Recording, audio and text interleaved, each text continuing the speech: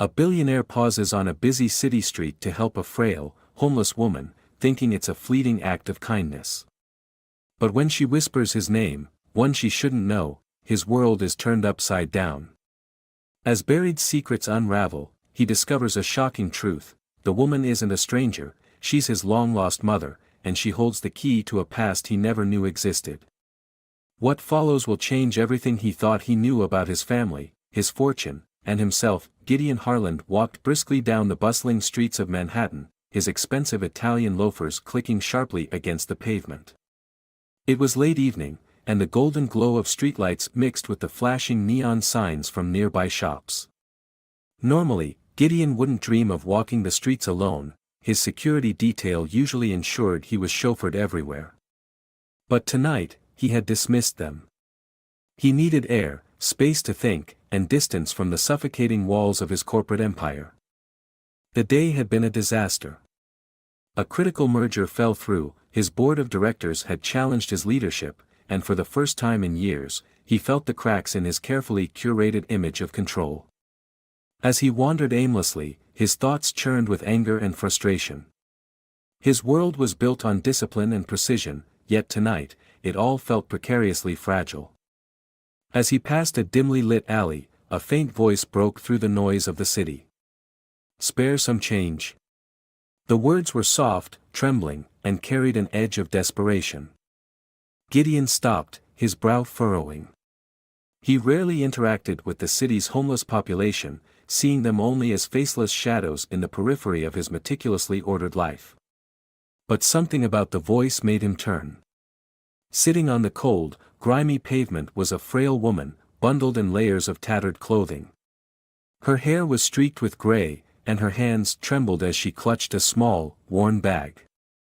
Her face was gaunt, etched with deep lines of hardship, yet her eyes were striking, a piercing shade of green that seemed to glow even in the dim light.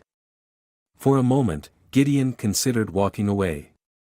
He wasn't one to involve himself in other people's problems. But as their eyes met, he froze. There was something hauntingly familiar about her gaze, something that tugged at a long-buried memory he couldn't quite place. "You shouldn't be out here in this cold," he said brusquely, pulling out his wallet. He handed her a crisp $100 bill, expecting her to thank him and let him continue on his way. Instead, the woman hesitated. Her trembling hand reached out, but her gaze lingered on him. "Thank you," she murmured, her voice soft but tinged with a strange sense of recognition. "You're different. Not like the others." Gideon frowned. "What's that supposed to mean?" The woman shook her head quickly, as if regretting her words. "Nothing," she said.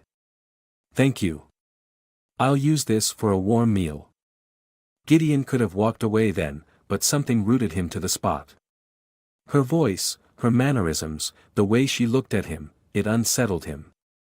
Against his better judgment, he found himself speaking again. "You'll freeze to death if you stay out here," he said, his tone firm. "Come with me. I'll get you somewhere warm for the night." The woman's eyes widened with suspicion. "Why would someone like you care?" she asked, her voice almost accusatory. Gideon shrugged, feigning indifference. "Call it a whim. You can stay one night. Nothing more." She hesitated, her gaze darting between him and the bustling street behind him. Finally, she nodded. "Okay," she said quietly. "Just for the night." Gideon flagged down his driver, who had been idling a few blocks away. The sleek black car pulled up, and the driver, a seasoned professional who rarely questioned his employer's eccentricities, opened the door for them. Gideon helped the woman inside, her small frame almost disappearing into the plush leather seats. The warmth of the car made her sigh in relief, and for the first time, Gideon noticed how frail she truly was. Her hands, wrapped tightly around her bag, were calloused and thin, and her face bore the telltale signs of years spent battling the elements. "What's your name?" Gideon asked as they pulled away from the curb. "Margot," she said after a pause. He nodded, saying nothing more as the car sped toward his penthouse. The silence between them was heavy, but Gideon couldn't help glancing at her out of the corner of his eye. That strange feeling of familiarity gnawed at him, but he brushed it aside. When they arrived at his building, Margot hesitated at the door, clearly overwhelmed by the opulence of her surroundings. The marble floors gleamed under the chandelier's soft light, and the air smelled faintly of fresh-cut flowers. She clutched her bag tightly, as though afraid someone might take it from her. "This way," Gideon said, leading her to a guest room on the far side of his sprawling penthouse. The room was larger than most apartments in the city, with a king-sized bed, floor-to-ceiling windows, and an ensuite bathroom. Margot stood in the doorway, looking out of place and uncertain.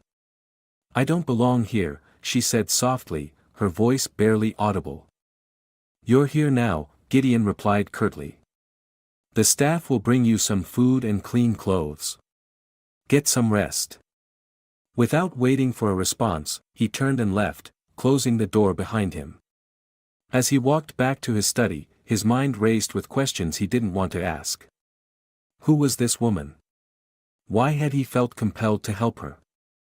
And why, when she looked at him, did it feel like she knew him in a way no one else ever had? Sitting at his desk, Gideon poured himself a glass of whiskey and stared out at the glittering city below. He didn't believe in fate or coincidences, but tonight, something had shifted. He could feel it. And it unnerved him. The morning sun filtered through the towering glass windows of Gideon's penthouse, casting a warm glow over the sleek marble floors and pristine furniture. Gideon was already seated at the long dining table, a newspaper in one hand and a steaming cup of black coffee in the other. He rarely indulged in idle mornings, but today he found his mind lingering on his unusual houseguest. The clinking of plates and the faint hum of voices from the kitchen signaled the arrival of breakfast.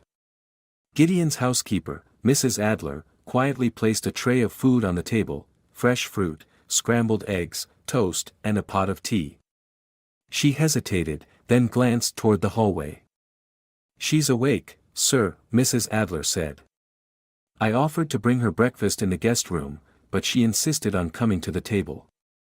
Gideon nodded without looking up from his newspaper. "That's fine. Thank you, Mrs. Adler." Moments later, Margot appeared in the doorway. She looked cleaner and slightly more composed, though the weariness in her eyes and the tremble in her hands remained. She wore a simple gray sweater and black pants, clothes provided by the staff, but they hung loosely on her frail frame. Her hair was combed back, and for the first time, Gideon noticed the sharpness of her cheekbones and the delicate lines of her face. She looked familiar. Uncomfortably so. "Good morning," Gideon said, gesturing toward the seat opposite him.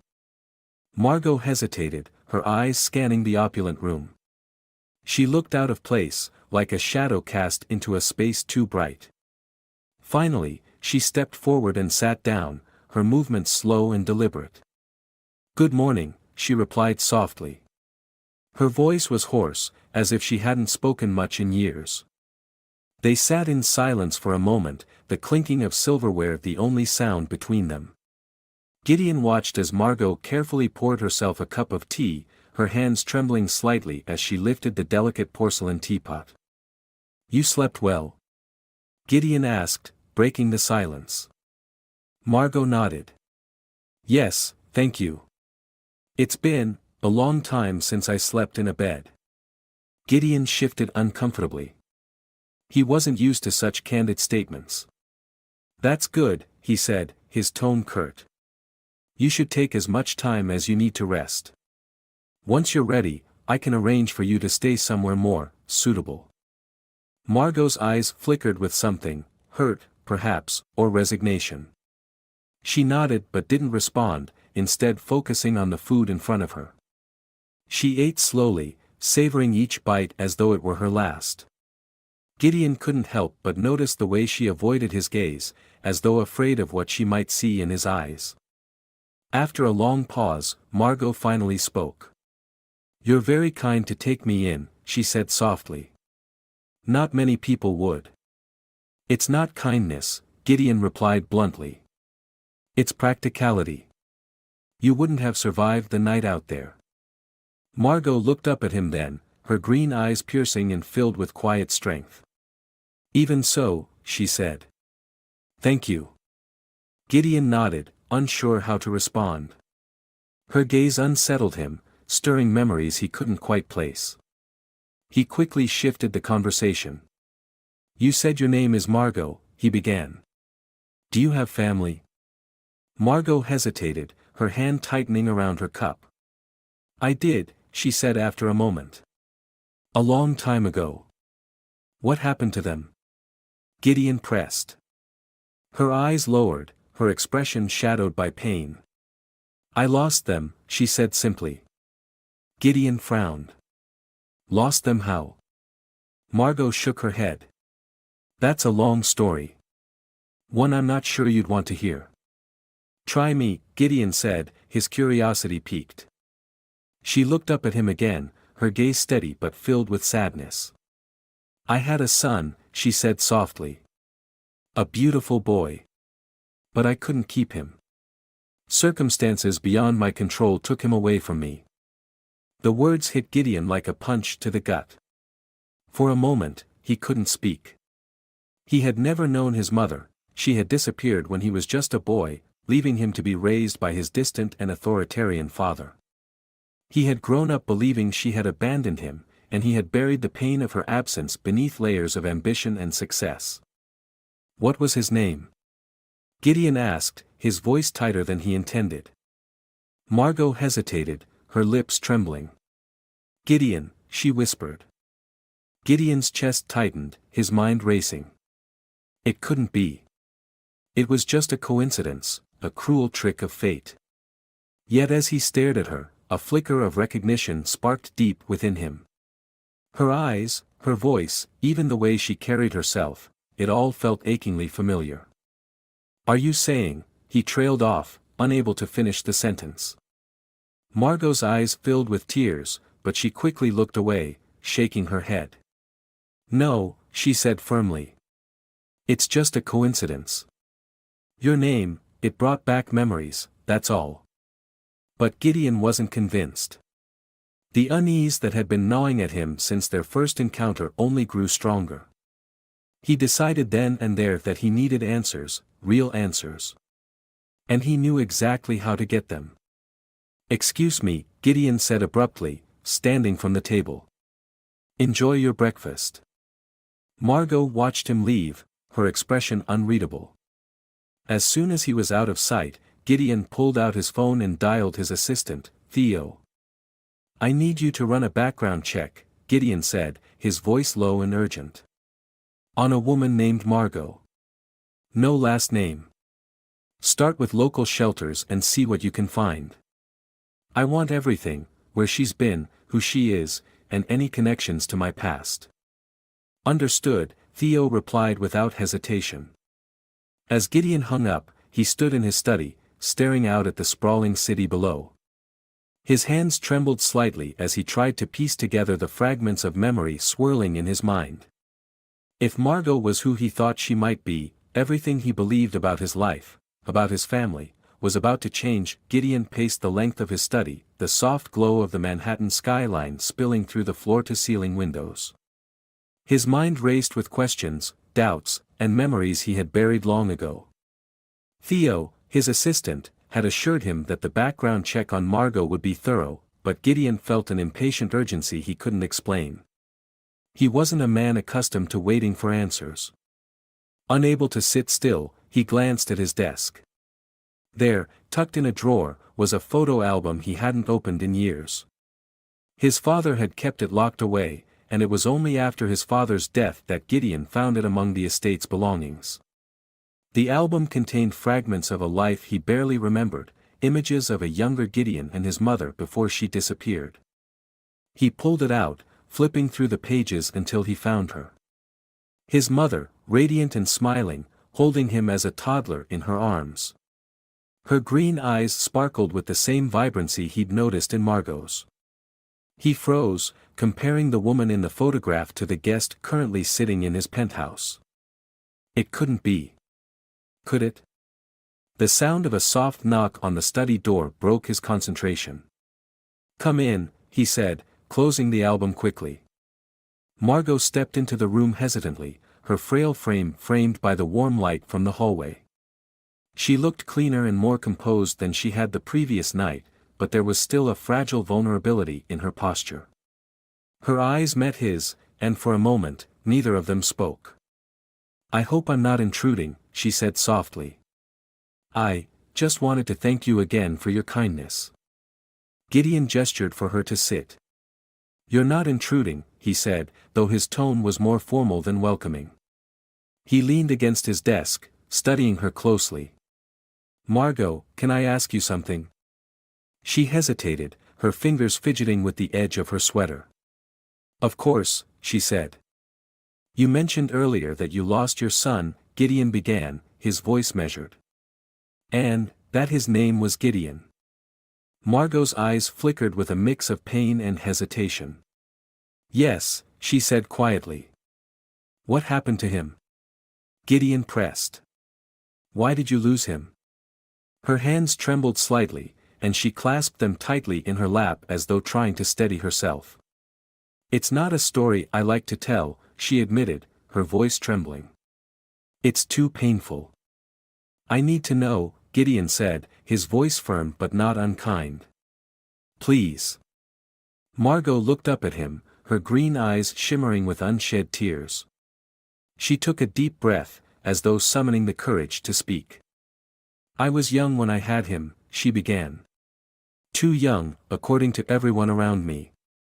His father, he was powerful, wealthy, and controlling. He decided I wasn't fit to raise my own child. One day, when Gideon was just a little boy, his father took him away from me. I fought to get him back. I went to court, I begged, I did everything I could, but he had all the power, and I had nothing." Gideon's chest tightened as her words washed over him. They matched the vague memories he had of his early childhood, memories of a loving mother who suddenly disappeared, leaving him in the cold, authoritarian care of his father. "What did he tell you?" Margot continued, her voice cracking. "What did your father tell you about me?" Gideon hesitated, the bitterness of his childhood surfacing. "He said you left us. That you didn't want me." Margot's face crumpled, and tears spilled down her cheeks. "That's not true," she whispered. "I wanted you more than anything. I tried to find you, but he made it impossible.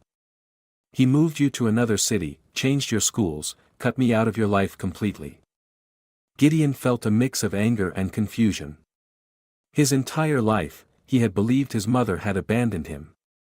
To hear her side of the story now was almost too much to process. "Why didn't you come back?" he asked, his voice laced with both accusation and desperation. "Why didn't you fight harder?" Margot wiped her tears, her gaze steady despite the pain etched on her face. "I tried," she said firmly. "For years, I tried. But I was young, poor, and powerless. Your father had lawyers, judges, everyone in his pocket. By the time I finally tracked you down, you were already grown, and I thought you wouldn't want me anymore." Her words hung in the air, heavy with regret. Gideon turned away, staring out the window at the glittering city below. He wanted to believe her, but the scars of his childhood made it difficult. Could he trust this woman? Could he believe she was telling the truth? Before he could respond, his phone buzzed on the desk. Theo's name flashed on the screen. "Excuse me," Gideon said, answering the call. "What did you find?" "I ran the background check," Theo said. "Her name is Margot Harper. She gave birth to a son 36 years ago in New York." "The child's name?" "Gideon Harland." Gideon's breath caught. He glanced back at Margot, who sat silently, her hands folded in her lap. "There's more," Theo continued. "According to court records, her parental rights were terminated when you were 5 years old. Your father claimed she was unfit, but the documents suggest the decision was highly contested. She fought to keep you, Gideon." Gideon's grip on the phone tightened. "Is there anything else?" he asked, his voice barely above a whisper. Yes, Theo said. There's a death certificate filed for another child, a girl. It says she died at birth, but something about the records doesn't add up. It might be worth looking into. Gideon ended the call and turned back to Margot, his mind racing. If what Theo had uncovered was true, everything he thought he knew about his past was a lie. And the mention of another child, a sibling he had never known, added another layer of mystery. Margot looked up at him, her expression hopeful yet cautious. "Did you find what you were looking for?" she asked softly. Gideon stared at her, the weight of the truth pressing down on him. "You're my mother," he said finally, his voice breaking. "Aren't you?" Tears streamed down Margot's face as she nodded. "Yes," she whispered. "I am." For the first time in decades, Gideon felt the walls he had built around himself begin to crumble. But as relief and anger warred within him, one thought burned brighter than the rest: if his father had lied about Margot, what else had he been hiding? The revelation hit Gideon like a tidal wave, sweeping away years of assumptions and beliefs he had clung to about his childhood. Margot, the frail woman he had rescued from the streets, was his mother. She had fought for him, loved him, and lost him not by choice but through the calculated manipulations of his father. The enormity of it all was almost too much to process. Gideon sat in his study long after Margot had retired to her room. He stared at the old photo album on his desk, flipping through the pictures of his early years. His mother's warm smile in those photos contrasted sharply with the image of the weathered, broken woman now sleeping down the hall. He couldn't reconcile the two versions of her in his mind. What had she endured in the years since they were torn apart? And why hadn't she come back sooner? The buzzing of his phone interrupted his thoughts. It was Theo. I dug deeper, Theo said without preamble. You need to see this. I emailed you the files. Gideon opened his laptop, his eyes scanning the documents Theo had sent. They included court transcripts, financial records, and private correspondence between lawyers. The more he read, the angrier he became. The transcripts detailed how his father had painted Margot as an unstable, unfit mother, using fabricated evidence and witness testimonies. Judges had been bribed, and legal loopholes exploited. It wasn't a fair fight, it had been a slaughter. But what struck Gideon the most was the mention of a second child. A sister. Explain this, Gideon demanded, his voice cold. Theo's voice was cautious. Your mother gave birth to twins, one boy and one girl. According to the records, the girl was declared stillborn. But there are discrepancies. The hospital staff listed a live birth in one set of documents, but the official death certificate was filed only hours later. It's suspicious, to say the least. Gideon leaned back in his chair, his mind reeling. You're saying my sister might still be alive? It's possible, Theo admitted. But if she is, someone went to great lengths to hide her. The idea was almost too much to comprehend. Not only had his father torn him from his mother, but he might have also erased the existence of a sibling Gideon never knew he had. A cold fury bubbled within him, directed at the man who had controlled his life even from beyond the grave. I want everything, Gideon said, his voice low and firm. Find out where she is. I don't care what it costs. The next morning, Gideon confronted Margot. She was sitting at the breakfast table, quietly sipping tea. She looked up as he entered, her face softening into a cautious smile. Good morning, she said. Gideon didn't return the greeting. Instead, he sat across from her, his gaze intense. You never told me I had a sister, he said bluntly. Margot froze, her hands trembling as she set down her cup. What are you talking about? You had twins, Gideon pressed. Me and a girl. Don't deny it. The records are clear. Tears welled in Margot's eyes, and she shook her head.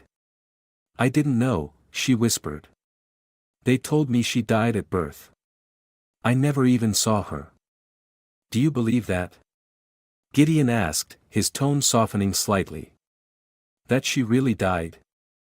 Margot looked down at her trembling hands, her voice barely audible. I don't know.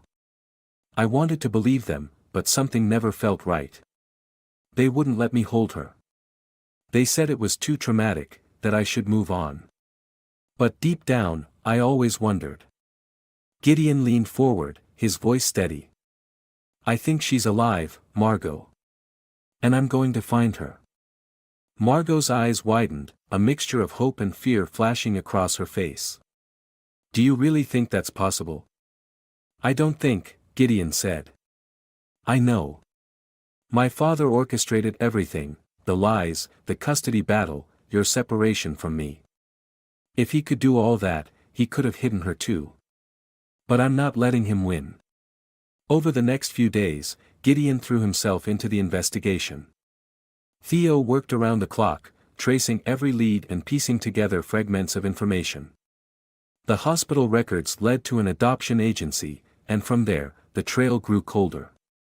Whoever had taken Gideon's sister had gone to great lengths to cover their tracks. Meanwhile, Gideon began to spend more time with Margot. He asked her about her life, her memories, and the years she spent searching for him. At first, the conversations were awkward. He was a man unaccustomed to vulnerability, and she was a woman who had endured decades of silence. But slowly, the walls between them began to crumble. I never stopped loving you, Margot said one evening as they sat together in the living room. Her voice was thick with emotion. Even when I thought I'd never see you again, I carried you in my heart. Gideon swallowed hard, her words cutting through the armor he had built around himself. I used to dream about you, he admitted. When I was little, I'd wake up thinking you'd come back. But when you didn't, he trailed off, his voice breaking slightly. I'm here now, Margot said, reaching out to touch his hand. And I'm not going anywhere. Late one night, Theo called with a breakthrough. We found her, he said, his voice filled with urgency. Your sister. Her name is Helena. She was adopted by a family in Vermont and grew up in a small town. She's 36 now, just like you. Gideon's heart pounded as he processed the information. Where is she now? She runs a non-profit organization for foster children, Theo said. She's been helping kids who went through what she did. Gideon was stunned. His sister had built a life dedicated to helping others, despite the circumstances of her own upbringing. The thought filled him with both pride and sorrow. He had to meet her, but he also knew it wouldn't be easy. Set it up, Gideon said. But don't tell her who I am. Not yet. As he hung up the phone, he turned to Margot, who had been watching him anxiously. We found her, he said softly. Margot's hands flew to her mouth, tears streaming down her face. She's alive. She's alive, Gideon confirmed. And we're going to bring her home. The drive to Vermont was quiet, the kind of silence heavy with anticipation and nerves. Gideon sat in the back seat of his car, his fingers absently tapping against his knee as he watched the scenery change from towering skyscrapers to rolling hills and quaint small towns. Margot sat beside him, her hands clasped tightly in her lap. She had barely spoken since they left Manhattan, her expression a mix of fear and hope. Helena, Margot whispered, breaking the silence. That's her name? Gideon nodded, glancing at her. Yes. She runs a non-profit for foster children. She's built a good life for herself. Margot's eyes welled with tears. I can't believe she's alive. All these years, I thought she was gone. Gideon reached out, placing a hand over hers. We're going to see her, Mom, he said, the word Mom feeling foreign but right on his tongue. We'll take it one step at a time. The word seemed to soften Margot, her lips trembling into a faint smile. Thank you, she said quietly. For giving me this chance. The car pulled up to a modest brick building with a wooden sign out front that read, Haven's Heart, supporting foster families. The place exuded warmth, with flower beds lining the walkway and children's artwork displayed in the large windows. Gideon stepped out first, taking in the surroundings, while Margot lingered, hesitant to follow. "Are you ready?" Gideon asked, turning to her. She nodded, though her hands trembled as she held onto her coat. Together, they walked up the steps and entered the building. Inside, the walls were painted in cheerful colors, and the air buzzed with the sounds of children laughing and staff chatting. At the reception desk, a young woman greeted them with a warm smile. "Welcome to Haven's Heart. How can I help you?" Gideon cleared his throat, his voice steady but firm. "We're here to see Helena." "Helena? She's in her office." "I'll let her know you're here," the receptionist said, picking up the phone. "May I ask your names?" "Just tell her it's someone who has some personal business to discuss," Gideon said quickly. He didn't want to overwhelm Helena by revealing too much too soon. The receptionist nodded, relaying the message. Moments later, a tall woman with chestnut hair and piercing green eyes emerged from a nearby hallway. She wore a simple blouse and slacks, her demeanor calm and professional. Gideon froze as he saw her, there was no doubt in his mind. This was his sister. She looked like a younger version of Margot, her features strikingly familiar. "Hi," Helena said, approaching them with a polite smile. "I'm Helena. How can I help you?" Gideon hesitated, his carefully rehearsed words suddenly failing him. Margot stepped forward, her breath catching as she took in the sight of her daughter. "Helena," she whispered, her voice trembling. Helena's smile faltered, her brow furrowing in confusion. "Do I know you?" "I'm Margot," Margot said, tears spilling down her cheeks. "I'm your mother." The words hung in the air like a thunderclap. Helena blinked, her expression shifting from confusion to disbelief. "What?" she asked, her voice barely audible. "I thought you were gone," Margot said, her voice breaking. "They told me you died at birth. But you're here. You're alive." Helena took a step back, her hands clutching the edge of a nearby chair for support. "This has to be a mistake," she said, shaking her head. "My mother died years ago. I was adopted. I don't even know." "Please," Gideon interrupted, his voice steady but imploring. "We have proof. We've spent weeks unraveling the truth. Your adoption, the lies about your death, it was all orchestrated by our father." Helena's eyes snapped to Gideon. "Our father," she echoed. Gideon nodded. "I'm your brother."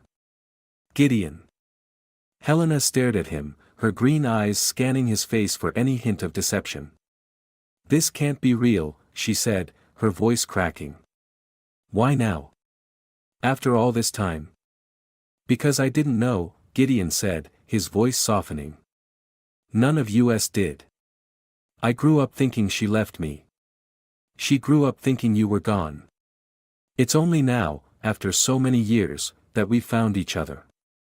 Helena looked at Margot again, her expression a mix of anger, confusion, and yearning. "If this is true," she said slowly, "why didn't you come for me?"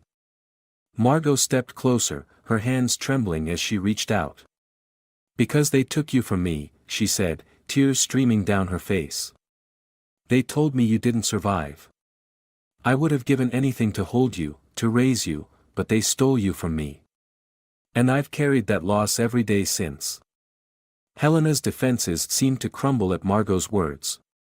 Her lip quivered, and tears filled her eyes. "I don't know what to believe," she whispered. "Then let us prove it," Gideon said gently. "Let us show you the truth. We've waited decades for this moment. Please, just give us a chance." Helena hesitated, her gaze flickering between them. Finally, she nodded. "Okay," she said, her voice trembling. "Show me." For the next hour, they sat in Helena's office, poring over the documents Theo had uncovered. The adoption records, the hospital discrepancies, the court transcripts, they all painted a clear picture of a family torn apart by lies and manipulation. Helena listened quietly, her expression unreadable as she absorbed the information. When they finished, she leaned back in her chair, letting out a shaky breath. This is a lot to take in, she admitted. I don't even know where to start. Margot reached across the desk, her hand trembling as she placed it over Helena's. Start with me, she said softly.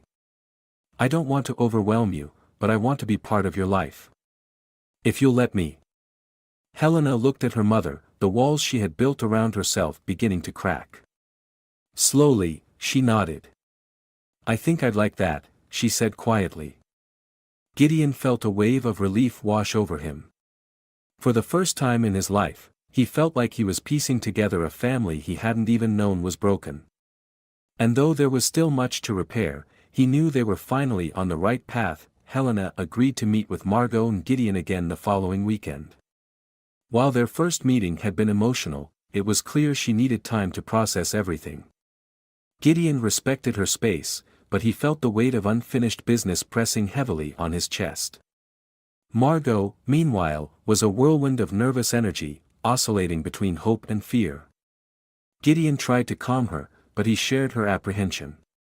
What if Helena decided she didn't want a relationship with them? What if their family's scars were too deep to heal? When the day arrived, they met at a cozy cafe in Helena's town, chosen for its quiet atmosphere and privacy. Gideon arrived early with Margot, both of them glancing anxiously at the door every few seconds. Finally, Helena walked in, wearing a simple sweater and jeans, her demeanor cautious but open. Hi, Helena said softly as she approached their table. Hi, Margot replied, her voice trembling slightly. She stood, hesitated, then extended her arms. To Margot's relief, Helena leaned in for a tentative hug. Thank you for coming, Gideon said, gesturing for her to sit. We weren't sure if you would.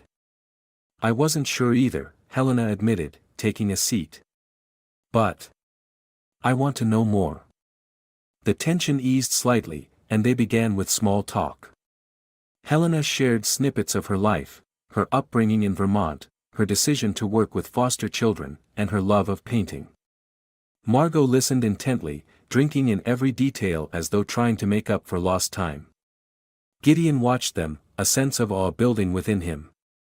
Despite the years of separation, there was an undeniable connection between them. Eventually, Helena leaned forward, her expression more serious. There's something I've been thinking about, she said. All these years, I've carried this idea that I was abandoned. Even after I learned I was adopted, I thought it meant my birth parents didn't want me. Now, hearing your side of the story, it changes everything. But it's also hard to reconcile. Margot nodded, her eyes glistening with tears. I understand, she said. You have every right to feel that way. I wish I could take away the pain you've carried. But I want you to know that I've never stopped loving you, even when I thought you were gone. Helena looked down, her fingers tracing the edge of her coffee cup. It's going to take time, she admitted. But I think I want to try. I want to get to know you. Margot reached across the table, her hand covering Helena's. That's all I could ever ask for. Over the next few weeks, Helena began to open up more. Gideon and Margot visited her regularly, and she even made a trip to Manhattan to see Gideon's penthouse. It was during one of these visits that Gideon noticed something unusual. Helena had brought a small box of keepsakes from her childhood, including letters, photographs, and documents she had collected over the years. This is all I have from before my adoption, Helena explained, spreading the items across the coffee table. I've always kept them, even though I didn't know what they meant. Gideon picked up an old photo of a baby in a hospital bassinet. The name, Baby Girl Harper, was scrawled in faded ink across the bottom. It was a piece of her past that Helena had never been able to connect to anyone, until now. That's you, Margot said softly, her hand trembling as she held the photo. They didn't even give you a name before they took you from me. Helena's eyes filled with tears as she looked at the photo. "I always wondered who I belonged to," she said. "I used to make up stories about where I came from. But none of them felt real. Now I know." Gideon felt a surge of protectiveness toward Helena. "You've always belonged to us," he said firmly. "Even if it took us this long to find you." Helena smiled faintly, but her expression grew thoughtful. "There's one thing I've never been able to figure out," she said, holding up an envelope. "This letter. It was in my adoption records, but it doesn't have a signature.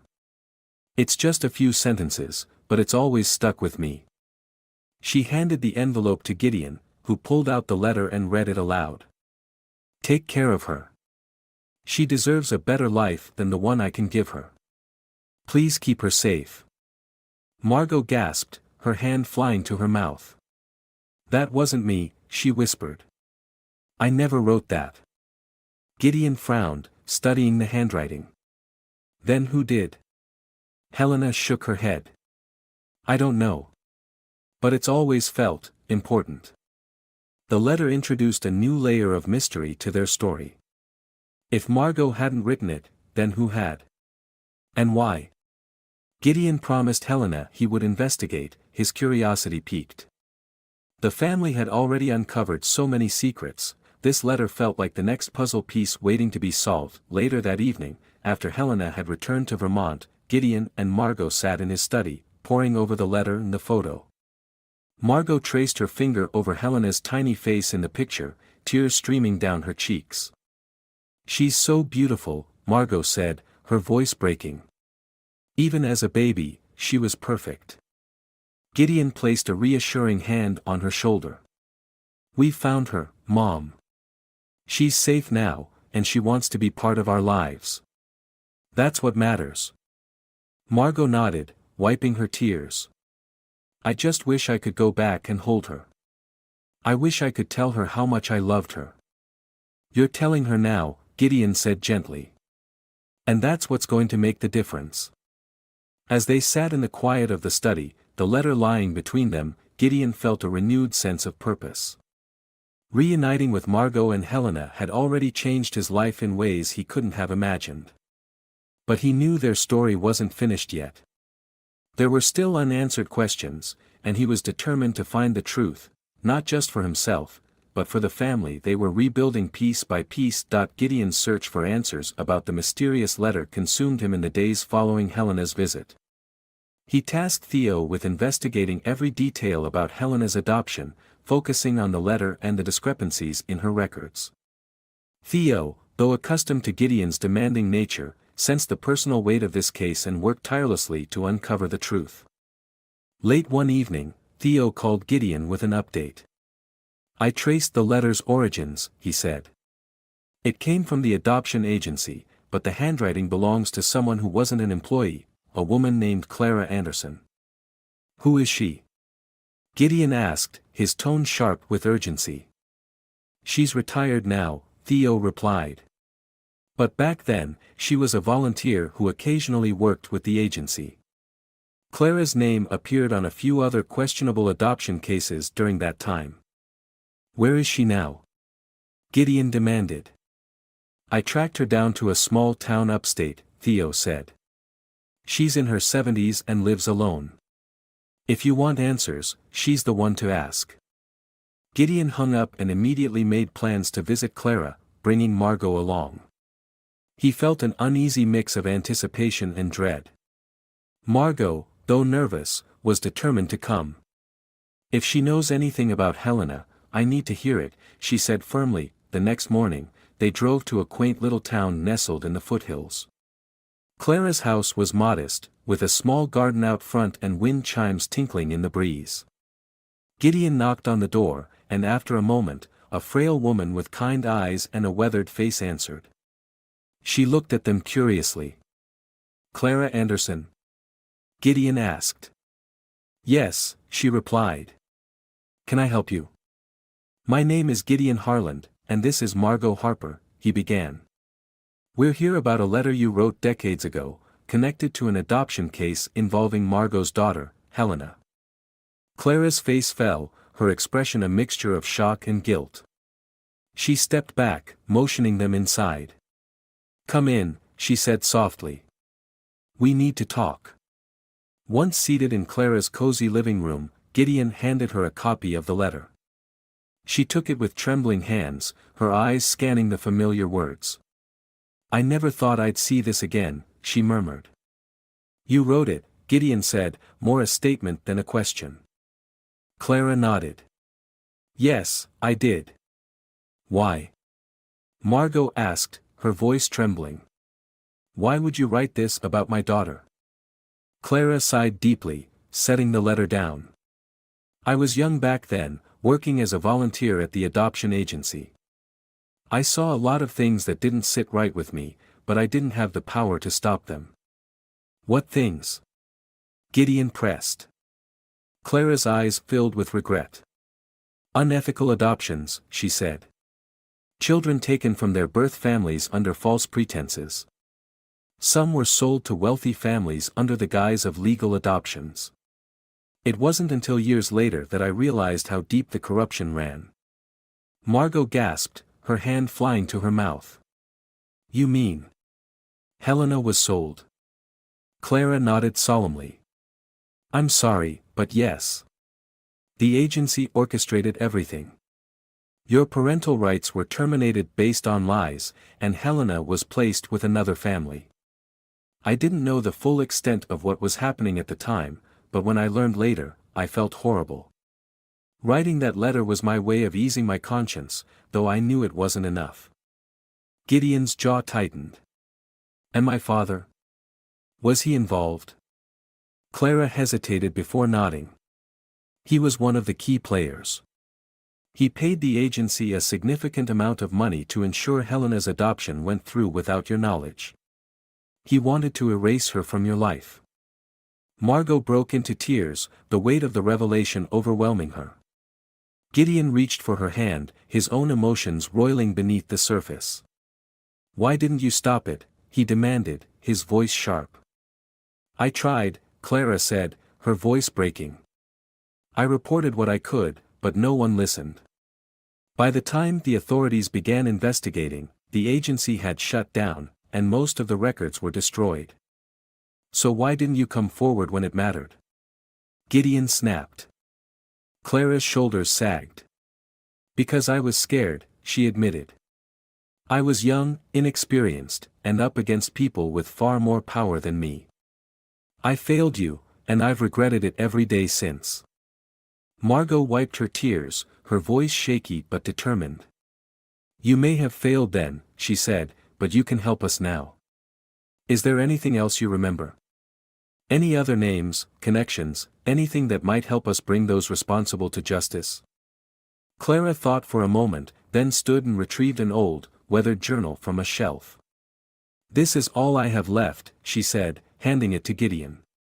"It's a record of the families and children I worked with during my time at the agency. It's incomplete, but maybe it can help you piece things together." Back in Manhattan, Gideon and Margot pored over the journal, piecing together the fragments of Clara's memories. The entries painted a picture of a widespread, organized scheme involving numerous families and agencies. Gideon's father's name appeared multiple times, confirming his central role in the operation. Helena joined them the next day, sitting quietly as Gideon laid out the evidence. "This is what happened," he said, his voice steady but filled with emotion. "They took you, lied to all of us, and tried to erase the truth. But they didn't succeed. We found you." Helena looked at the journal, her fingers tracing the faded ink. "And now what?" she asked softly. "Now, we fight," Gideon said. "We hold them accountable. For you, for Mom, and for every other family they tore apart." Helena nodded, tears streaming down her face. "Then let's do it." For the first time, they felt like a united front, a family determined to reclaim what had been stolen from them. The journey ahead would be long and fraught with challenges, but together, they were ready to face it. The weeks following Clara's revelations were a whirlwind of activity for Gideon, Margot, and Helena. Armed with the journal and the evidence they had pieced together, Gideon hired a team of top investigators and lawyers to dig deeper into the adoption scheme orchestrated decades ago. Margot, still reeling from the weight of the truth, found solace in reconnecting with Helena. The two spent hours together, sharing stories, photos, and fragments of the life they had missed with each other. Gideon, meanwhile, took on the role of strategist. His years in the business world had honed his ability to dismantle complex structures, and he now applied those skills to exposing the network that had torn his family apart. One evening, as the family gathered in Gideon's penthouse, the lead investigator arrived with a thick folder of documents. His face was grave as he sat across from them. "We've uncovered more than we expected," the investigator began. The adoption agency was part of a larger network operating across several states. They targeted vulnerable mothers, fabricated evidence of neglect, and funneled children into high-paying adoption deals. Gideon leaned forward, his jaw tight. "And my father?" The investigator nodded. "He wasn't just involved, he was one of the key financiers. His money and influence kept the operation running for years." Margot's face crumpled, tears streaming down her cheeks. "How could he do this?" she whispered. "To his own children?" Gideon placed a comforting hand on her shoulder. "Because he wanted control," he said, his voice heavy with bitterness. "He didn't care about family, only about power." The investigator continued. "There's more. We've identified other victims, including several families who were torn apart like yours. Many of them are still searching for answers." Helena, who had been quiet until now, spoke up. "Then we need to help them," she said firmly. "If we can expose this network, we can bring justice to everyone who was hurt."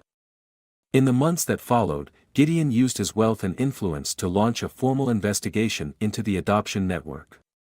His team worked tirelessly to gather evidence, interview witnesses, and build a case against the remaining members of the operation. Margot and Helena joined the efforts, reaching out to other families and sharing their story to encourage others to come forward. The turning point came when the media picked up the story. Headlines splashed across newspapers and websites: "Billionaire uncovers corruption in adoption industry, family reunites after decades apart," and "Justice for stolen children, a mother's fight." Margot and Helena became the faces of the movement, their resilience and love capturing the hearts of the nation. One day, Gideon received a call from the district attorney's office. "We're ready to file charges," the DA said. "Thanks to your efforts, we've uncovered enough evidence to prosecute the remaining members of the network." Gideon felt a surge of relief. "What about the families?" he asked. "Are they being notified?" "Yes," the DA confirmed.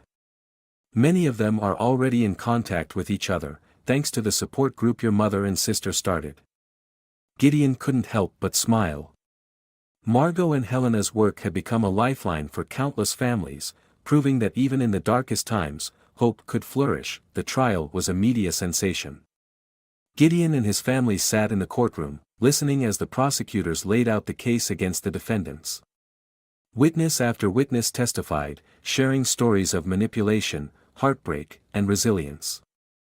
Margot took the stand, her voice steady but filled with emotion as she recounted the pain of losing her children and the long journey to find them again. When the verdicts were announced, guilty on all counts, the courtroom erupted in applause. For the first time in decades, justice had been served. In the aftermath of the trial, Gideon hosted an event at Haven's Heart, Helena's nonprofit organization. The event celebrated the families who had been reunited and honored the resilience of those who had fought for the truth. Margot stood at the podium, her voice filled with pride and gratitude as she addressed the crowd. "This journey has been painful," she said. "But it has also been filled with hope. My children were taken from me, but they found their way back. And now, together, we've found a way to help others who have experienced the same pain. To everyone here tonight, you are not alone. We are stronger together." The room erupted into applause, and Margot stepped down, tears streaming down her face as Gideon and Helena embraced her. Later that evening, as the family stood on the balcony of Gideon's penthouse, watching the city lights below, Margot turned to her children. "I never thought I'd have this," she said softly. "A family again. You've both given me more than I could have ever hoped for." "You gave us something too," Helena replied, her voice steady. "You gave us the truth, and a chance to heal." Gideon nodded, his usual stoic demeanor softened. "We've been through hell, but we made it. Together." The three of them stood in silence, the weight of their journey lifting as they looked toward a future filled with possibility. For the first time in years, they felt whole. They were no longer defined by what had been taken from them but by the love and determination that had brought them back together. The ending of this story is a powerful testament to the resilience of love and the enduring strength of family bonds. Despite decades of lies, separation, and pain, the reunion of Gideon, Margot, and Helena is a beacon of hope that even the deepest wounds can heal when truth and forgiveness are given space to flourish. Margot's journey from despair to reconciliation is a reminder that no matter how broken someone feels, love and determination can bridge even the widest gaps. Helena's willingness to confront her past and embrace her birth family shows immense courage and the transformative power of understanding. And Gideon's evolution from a cold, detached businessman to a man deeply invested in his family and justice for others speaks volumes about the importance of rediscovering what truly matters. The story doesn't shy away from the complexities of healing. The family's reunion isn't presented as a simple resolution but as the beginning of a new chapter, one filled with hope, challenges, and the commitment to rebuild. Their efforts to expose the injustices of the adoption network add a broader significance to their personal journey, turning their pain into a mission to protect others. This conclusion resonates because it's both grounded and uplifting. It acknowledges the weight of the past while celebrating the triumph of love, perseverance, and the human spirit. It reminds us that while we cannot change the past, we have the power to shape the future, for ourselves and for those we hold dear.